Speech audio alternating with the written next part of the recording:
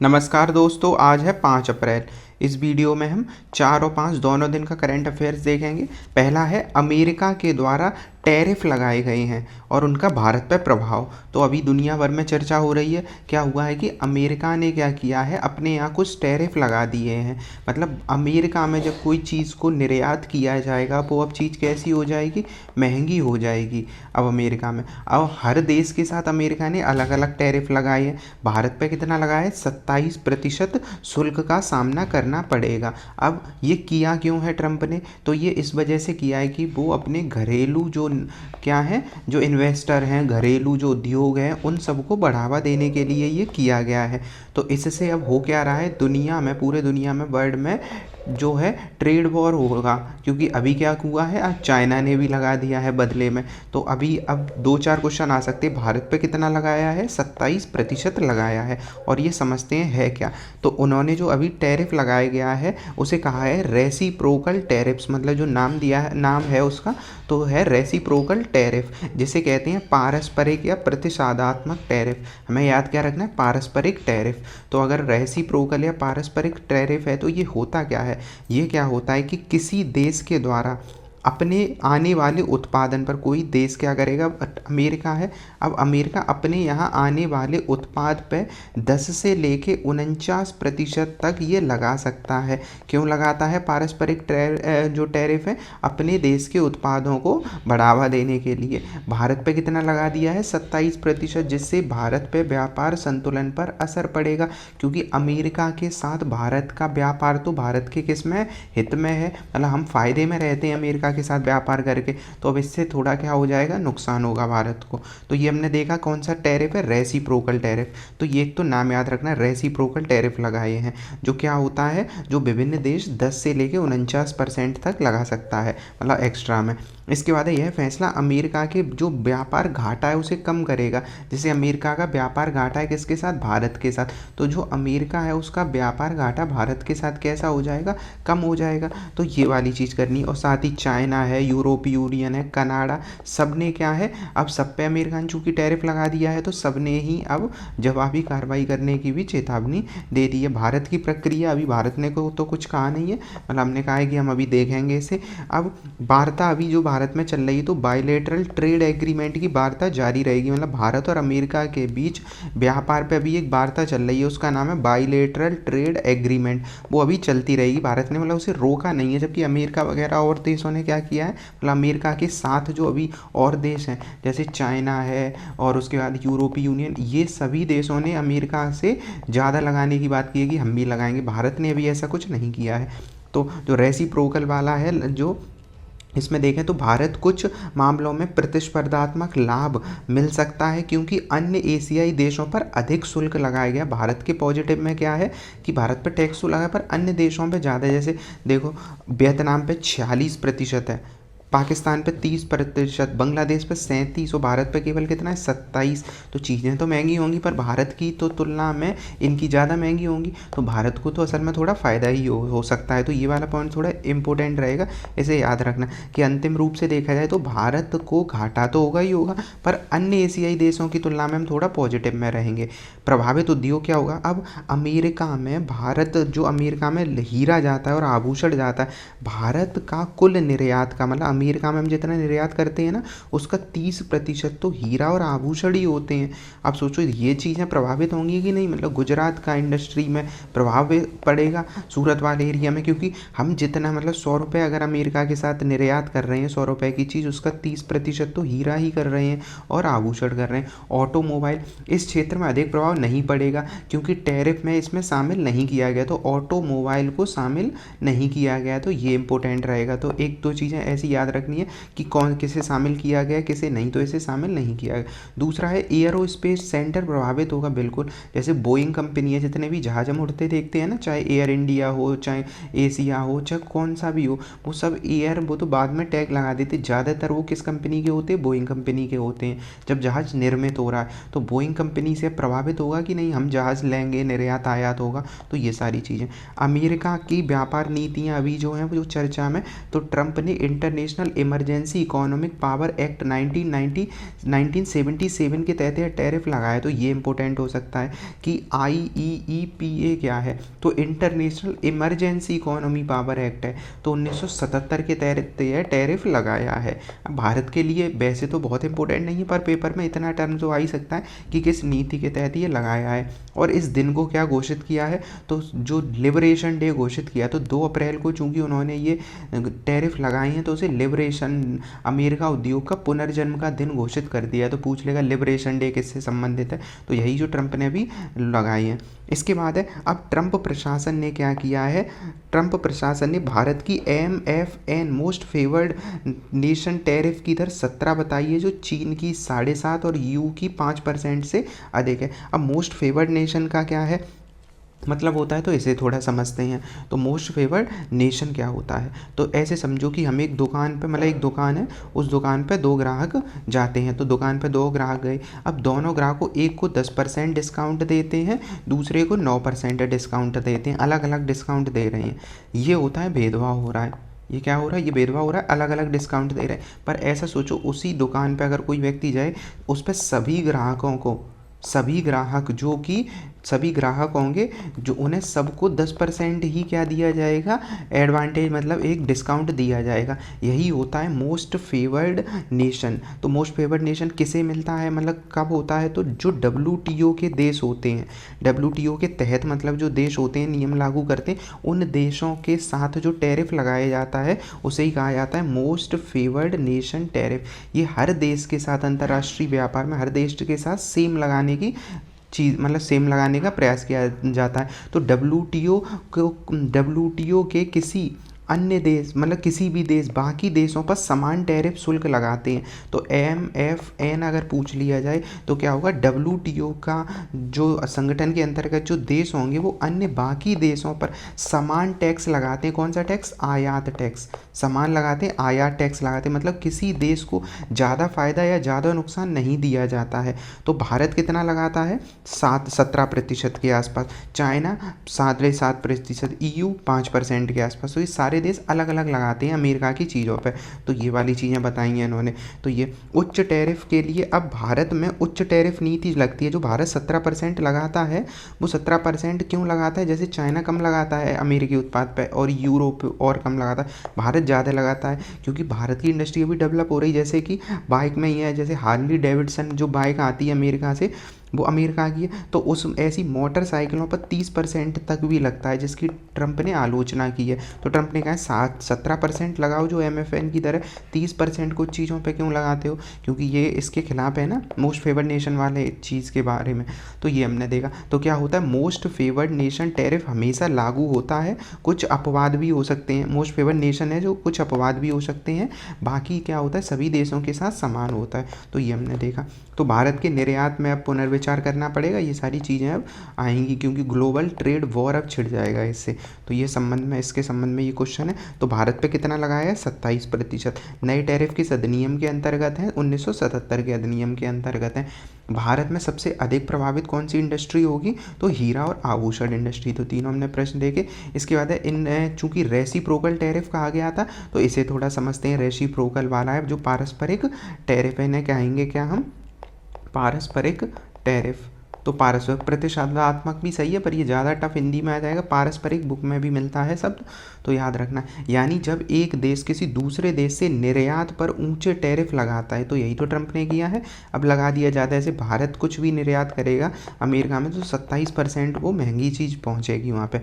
तो ये है। और उदाहरण के लिए अमेरिका चाइना में पहले ऐसा हो चुका है, जब स्टील एल्यूमिनियम पर टैरिफ बढ़ाया गया था, अमेरिका ने क्या किया था, चीन से आने वाले स्टील और एल्यूमिनियम पर टैरिफ बढ़ाया था 18-19 के दौरान, तब भी ट्रेड वॉर छिड़ा था। इसके बाद 2025 में अभी भारत ने अब निर्यात पर लगा दिया ही है भारत के। तो ये सारी चीज़ें। उसके बाद अगला न्यूज़ है हमारा ग्रीन क्रेडिट प्रोग्राम के बारे में। ग्रीन क्रेडिट प्रोग्राम क्या है, तो अब सोचो, जैसे हम देखते हैं कि पर्यावरण को जब कोई नुकसान पहुंचाता है, जब कोई पर्यावरण को नुकसान पहुंचाता है तो उसे क्या करना होता है, पर्यावरण संरक्षण के लिए या तो रुपए देने होते हैं या कहीं कुछ करना पड़ता है। मतलब करने का मतलब है कहीं दूसरी जगह पे वन लगाओ, कोई चीज़ लगाओ, तो ऐसी चीज़ें होती हैं। तो ग्रीन क्रेडिट का मतलब क्या है, ग्रीन क्रेडिट भारत सरकार के द्वारा ये पहल शुरू करी गई है, पर इसकी आलोचना हो रही है। तो इसे हम थोड़ा समझते हैं क्या है। एक इंसेंटिव बेस्ड स्कीम है ये। क्या है, ग्रीन क्रेडिट जो प्रोग्राम है एक इंसेंटिव बेस्ड स्कीम है। अब इंसेंटिव बेस्ड स्कीम का क्या मतलब हुआ कि एक ऐसी स्कीम जहां पर्यावरण संरक्षण करने वाले कौन, व्यक्ति, पर्यावरण संरक्षण करने वाले व्यक्ति, कंपनी और संगठन को ग्रीन क्रेडिट दिया जाएगा। ग्रीन क्रेडिट जैसे कि अगर हमने अपने किसी एरिया में, मान लो गांव में कहीं खूब सारे पेड़ लगा दिए, हमें क्या मिल जाएगा, ग्रीन क्रेडिट मिल जाएगा। अब सोचो कि एक फैक्ट्री हमारे गांव के आसपास ही लगी थी, उस फैक्ट्री ने खूब पर्यावरण का प्रदूषण किया था। अब उसे क्रेडिट खरीदने पड़ेंगे, नहीं तो सरकार उस पर जुर्माना लगाएगी। तो वो हमसे ये ग्रीन क्रेडिट खरीद सकते हैं ना, मतलब हमने पेड़ लगाए हैं, वो अपने में दिखा देंगे ये पेड़ों को। क्यों ऐसा होता है, ये लीगली है, क्योंकि सरकार ये कहती है कि जितना प्रदूषण करोगे उतना क्या है, भरपाई भी करनी पड़ेगी। तो वही है ये। इसमें क्या होगा, अब इसमें पहले व्यक्ति शामिल नहीं था, अब एक व्यक्ति भी इसमें शामिल हो सकता है कि जो भी पर्यावरण का संरक्षण करेगा उसे ग्रीन क्रेडिट मिलेंगे और ये क्रेडिट वो बेच सकता है। अब जो पर्यावरण को ज़्यादा संरक्षण कर रहा है वो उन क्रेडिट को इकट्ठा करेगा, जिन्हें ज़रूरत होगी उन्हें बाजार में बेचा जा सकता है। तो बाजार की तरह कार्य करेगा, ताकि जो जैसे फैक्ट्री वगैरह है वो उसे खरीद सकेंगे। फैक्ट्रियों को क्या फ़ायदा हो जाएगा कि उन्हें पर्यावरण संरक्षण के लिए सीधा क्या है, रुपए से वो काम चला लेंगे। लोगों को क्या फ़ायदा, या जो संगठन काम करेंगे कि पर्यावरण संरक्षण से उन्हें फ़ायदा भी मिलेगा। तो दोनों चीज़ें हो जाएंगी। तो आलोचकों का कहना है, आलोचक इसकी मना कर रहे हैं, क्योंकि सोचो कंपनी पे, अब जो कंपनी प्रदूषण भी तो ज़्यादा फैलाएंगी, क्योंकि उन्हें तो वो उससे ग्रीन क्रेडिट खरीद लेंगी। तो ना कि इस पे होना क्या चाहिए था कि पर्यावरण संरक्षण पे ज़्यादा बल देना चाहिए, ना कि ग्रीन क्रेडिट जैसी योजनाओं पे।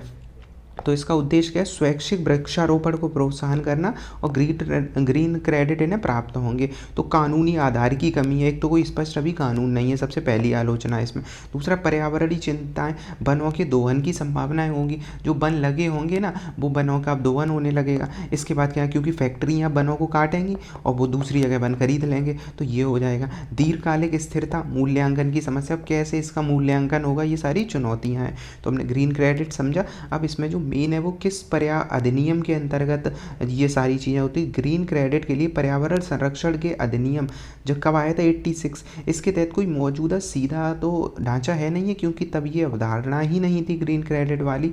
पर वन संरक्षण जो अधिनियम आया था, वन संरक्षण संवर्धन अधिनियम 2023 से भी ये विरोधाभासी है, क्योंकि जो भूमि के बदले भूमि का प्रतिपूरक वनीकरण को अनिवार्य बनाता है। मतलब अगर किसी एरिया में अगर हम भूमि को क्षरण करेंगे तो दूसरी एरिया में हम भूमि को लगाएंगे, ऐसा कहा गया था 2023 के अधिनियम में। पर इसमें तो हम ऐसा कर भी नहीं रहे कि एक जगह वन काट रहे हैं तो दूसरी जगह वन लगा रहे हैं, बल्कि हम तो सीधे क्रेडिट खरीद रहे हैं। तो कंपनियां ग्रीन क्रेडिट खरीद कर प्रत्यक्ष वनीकरण से बच सकती हैं, जो कि घाटे की बात है ना पर्यावरण की। वो पर्यावरण को नुकसान पहुंचाएंगे, रुपए के बल पर वो ग्रीन क्रेडिट खरीद लेंगे।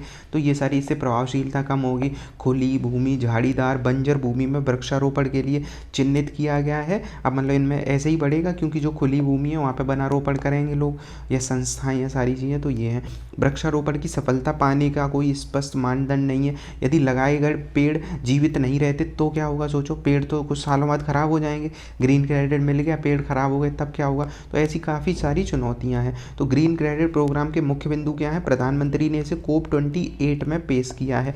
तो COP28 जो कॉन्फ्रेंस ऑफ पार्टीज़ होती है 2023 में 28 में हुई थी, उसमें ये पेश किया था। तो सबसे इंपॉर्टेंट यही क्वेश्चन बन जाएगा कि इसे कब आया था ये। उद्देश्य क्या, पर्यावरण हितैषी कार्यों को बढ़ावा देना, जिसमें एक मिशन लाइफ है। लाइफ क्या था, इन्वायरमेंट फॉर लाइफ वाला था इसमें। मतलब पर्यावरण के साथ साथ हमें जीवन को बदलाव करना है। साथ ही 7 गतिविधियाँ, वृक्षारोपण, कचरा, इन सबको प्रबंधन करना है, घरेलू क्रेडिट को बढ़ावा देना है।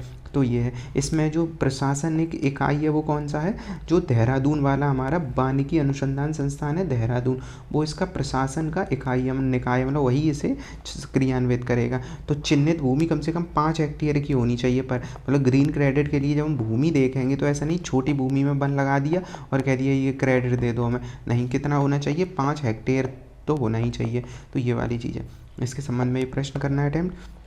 अगला है लोकसभा में वक्फ बोर्ड पारित हो चुका है, ये हमने देखा ही था, लोकसभा में भी हो चुका है, कल राज्यसभा में भी हो चुका है, तो पूरी तरह से पारित भी हो गया। और पारित होने के बाद कल ही इसमें क्या हुआ, जो है सुप्रीम कोर्ट में रिट भी, मतलब केस भी चला गया है। तो जो मुस्लिम संगठन है उनके द्वारा केस भी ओवैसी के द्वारा डाल दिया गया है। तो 2 दिन में सारी घटनाएं हो चुकी हैं। तो हमने वक्फ बोर्ड के बारे में पढ़ा भी था, एक दो पॉइंट जो इम्पोर्टेंट है वो देख लेते हैं।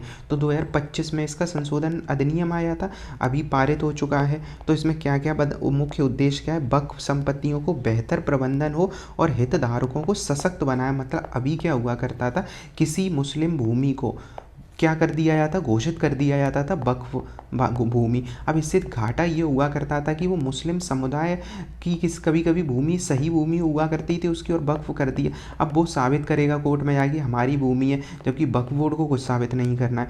अब वक्फ जो शब्द आ रहा है ये क्या होता है, तो अगर इसकी डेफिनेशन पे जाएँ तो मुस्लिम अवधारणा में वक्फ शब्द जो यूज़ होता है वो ऐसी भूमि से होता है। अगर डेफिनेशन लिखनी हो तो वक्फ का अर्थ ऐसी भूमि से होता है जो मुस्लिम समुदाय के द्वारा क्या हुआ है, दान के लिए, दूसरों की भलाई के लिए दी जाती है। मतलब दूसरों की भलाई के लिए, धर्म के लिए जो भूमि दी जाती है दान में, उसे ही कहा जाता है वक्फ भूमि। तो ये हमें याद रखना है। तो केवल वैध संपत्ति का मालिक ही अब वक्फ बन सकता है। मतलब जो जैसे संपत्ति वैध होगी, लिखित होगी, वही वक्फ को मिल सकती है।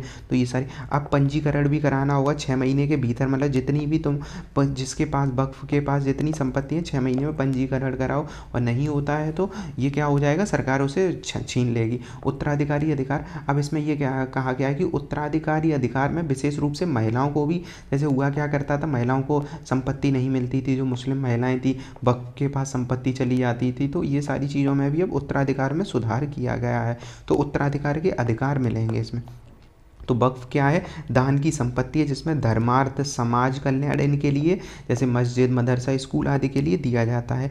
वक्फ की अवधारणा इस्लामी परंपराओं से जुड़ी हुई है। भारत में 8th सेंचुरी में वक्फ परंपरा रही है, 8th सेंचुरी के आसपास से ही रहा है, जहाँ प्रांतीय, जिला और ये सारी चीज़ों का संचालन करते रहे थे। अब देखें परीक्षा से संबंधित प्रश्न, तो ये आपको अटेम्प्ट करना है। इसके बाद है Baku to Belum road map. अब नाम ही है तो नाम में ही कहानी छुपी है। तो बाकू तो नाम सुनते ही हम, अजरबैजान की राजधानी क्या है, बाकू। अब अजरबैजान कहाँ है ये देखना है। कैस्पियन सी जब हम देखते हैं और इधर ब्लैक सी है तो बीच में कंट्रियाँ पड़ती हैं, अजरबैजान, अर्मेनिया, तो उन्हें ध्यान देना। तो ये Baku to Belum road map क्या है, तो एक ऐसा प्रयास जो जलवायु न्याय की दिशा को आगे बढ़ा रहा है। तो बाकू अजरबैजान से बेलम ब्राज़ील तक की अवधारणा के साथ ये रोड मैप निकला है।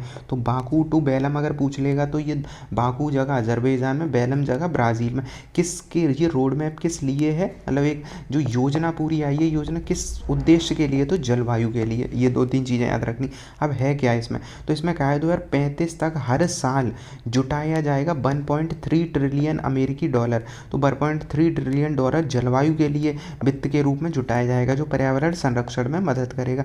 और विकासशील देशों के लिए वित्त जुटाने की समय सीमा 35 कर दी गई है, जहाँ यह एक अंतर्राष्ट्रीय पहल है जिसका मकसद है 2035 तक हर साल 1.3 ट्रिलियन डॉलर का जलवायु वित्त जुटाया जाए, खासकर विकासशील देशों के लिए। क्योंकि उन देशों को ज़्यादा घाटा हुआ ना जो विकसित देश हैं, जो विकसित देश, डेवलप्ड कंट्री हैं, उनने तो अपना विकास कर लिया, वो विकसित हो गए। पर जो देश अभी विकासशील अवस्था में, जो देश कैसे विकासशील, उनका तो पूरा भी विकास होना बाकी है, तो वो तो पर्यावरण प्रदूषण करेंगे ही, तो उनको आर्थिक सहायता दी जाएगी। तो पृष्ठभूमि क्या है कि COP29 अजरबैजान के बाकू में आयोजित हुआ था। तो रोड मैप की शुरुआत की गई थी बेलम, बाकू टू बेलम। क्यों, क्योंकि COP30 जो होगा वो ब्राज़ील में के बेलम में आयोजित होगा, इस वजह से।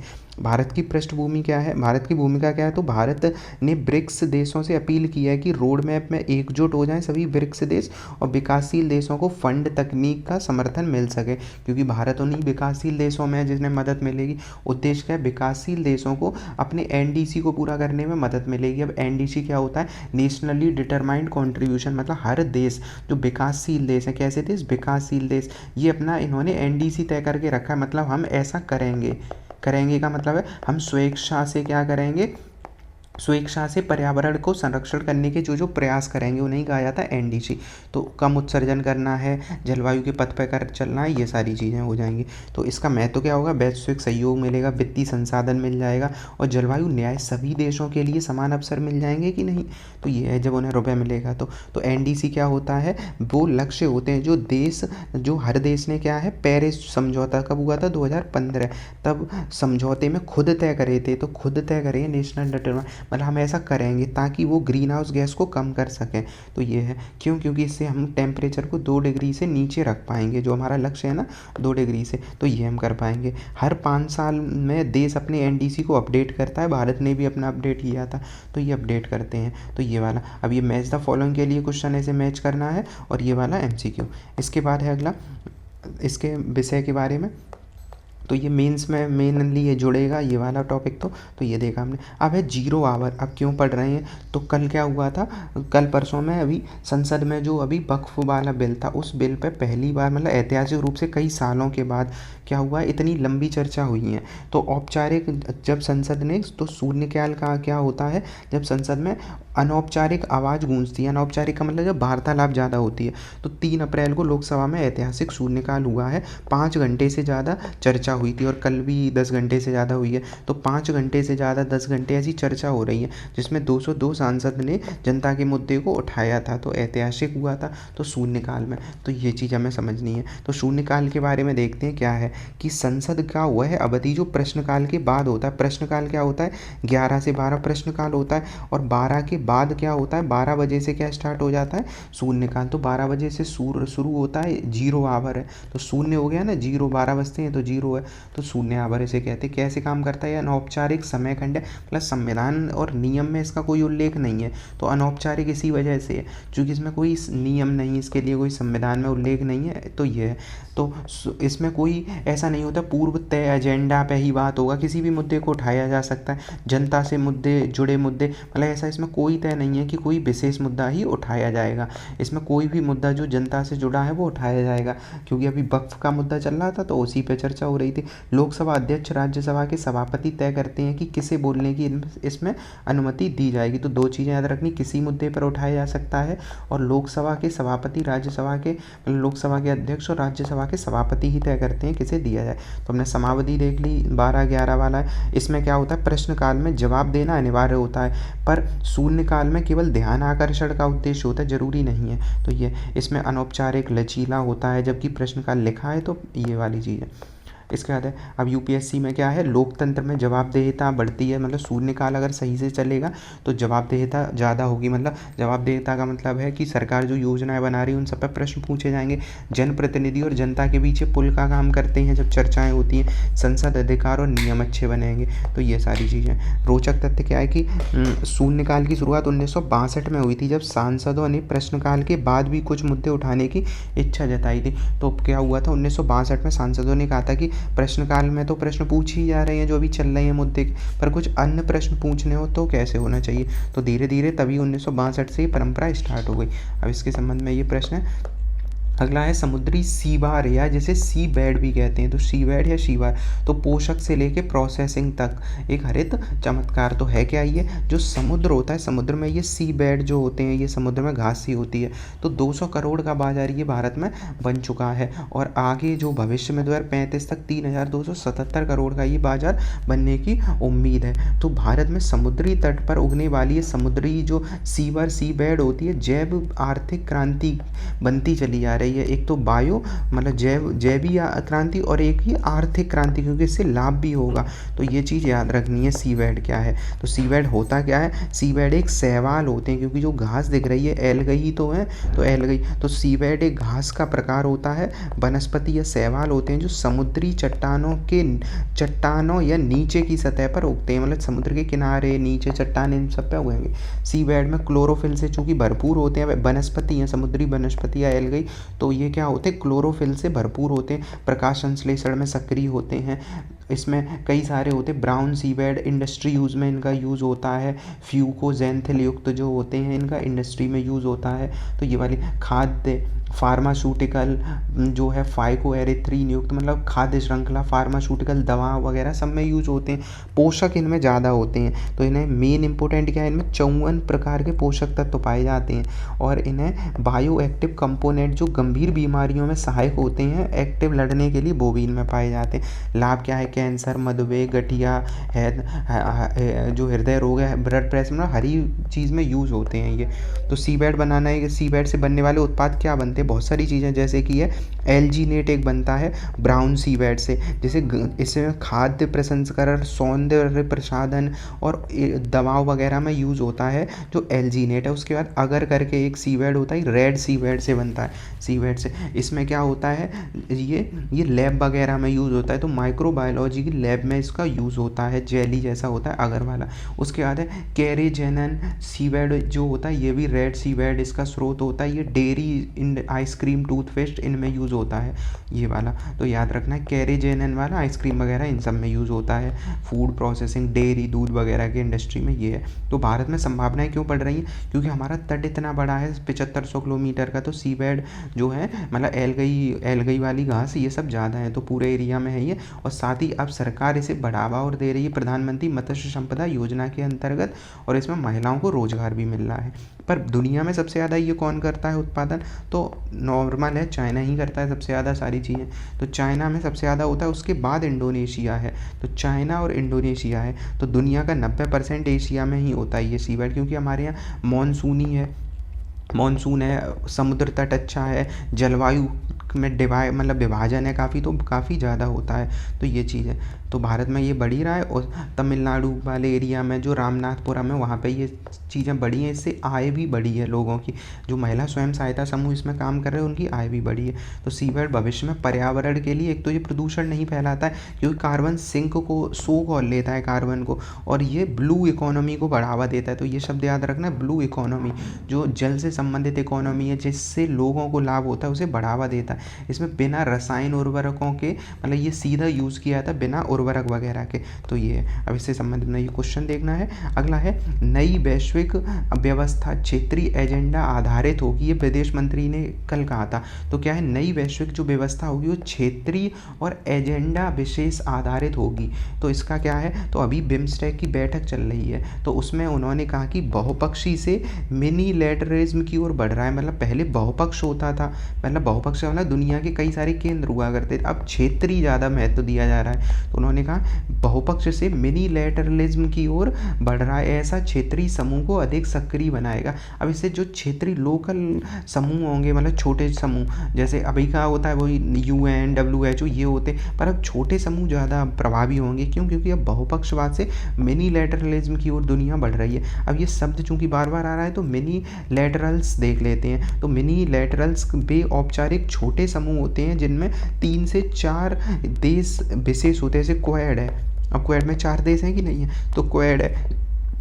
यही संगठन कैसे कहलाते हैं, मिनीलैटरल्स, इनमें 3, 4 या इसके आसपास सदस्य होते हैं। सदस्य कम होते हैं, निर्णय तेजी से होगा, सदस्य कम होंगे तो निर्णय तेजी से होगा, और एजेंडा इनका स्पष्ट होता है। 4 देश मिले सीधा स्पष्ट है, 50 मिलेंगे तो स्पष्ट इतना नहीं होगा, पर 4 होंगे तो स्पष्ट एजेंडा होगा ना। जैसे कि क्वेड है, I2U2 है, जो I2 का मतलब क्या है, इंडिया, इजराइल, II से, और UU से 2 USA और UAE। इसमें कृषि, जल, ऊर्जा का है। ब्रिक्स है, तो ये सारे देश हैं जिनमें, इनमें कम देश हैं। तो इसके उदय के पीछे कारण क्या है, अब ये जो है अंतर्राष्ट्रीय संगठन, उनकी संस्थाएं सीमित हो रही हैं, क्योंकि सर्वसम्मति तो बन नहीं पाती है यूनाइटेड नेशंस में, WTO में, तो छोटे संगठन ज़्यादा प्रभावी हो रहे हैं। और कोरोना के बाद से चूँकि और देश अब नए विकल्प खोज रहे हैं, महाशक्ति के बीच टकराव होता है, इधर WTO वगैरह में अमेरिका चाइना का विवाद चलता रहता है, रशिया का, तो अब देश क्या करते हैं, छोटे संगठन की ओर जाते हैं, और नई चुनौतियाँ उन्हें उबारने के लिए, उनसे लड़ने के लिए हमें कई संगठन चाहिए होते हैं। तो क्षेत्रीय संगठन में अब ये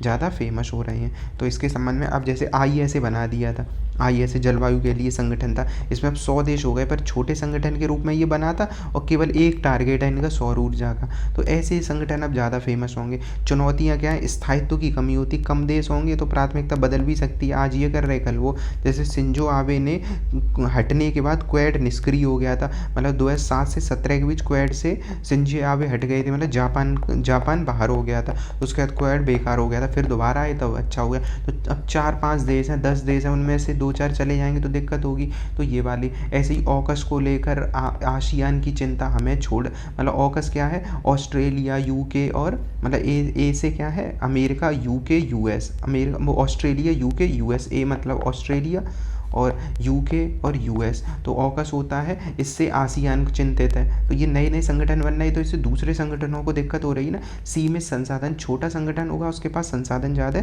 नहीं होंगे। तो ये सारी चीज़ें हमने देखी इसके बारे में। नई विश्व व्यवस्था बहुपक्षवाद से जो मिनी लैटरल की ओर बढ़ रही है, ये चीज़ हमें याद रखनी है। तो इसके संबंध में क्या है, जो मेन याद रखना है मैट्रिक्स से 3-4 देश होते हैं, स्पष्ट मुद्दा होता है, त्वरित कार्रवाई होती है, ये याद रखना है। इसके संबंध में ये क्वेश्चन अटैम्प्ट करना है। तो ये हमारा 4 और 5 अप्रैल का करंट अफेयर्स था।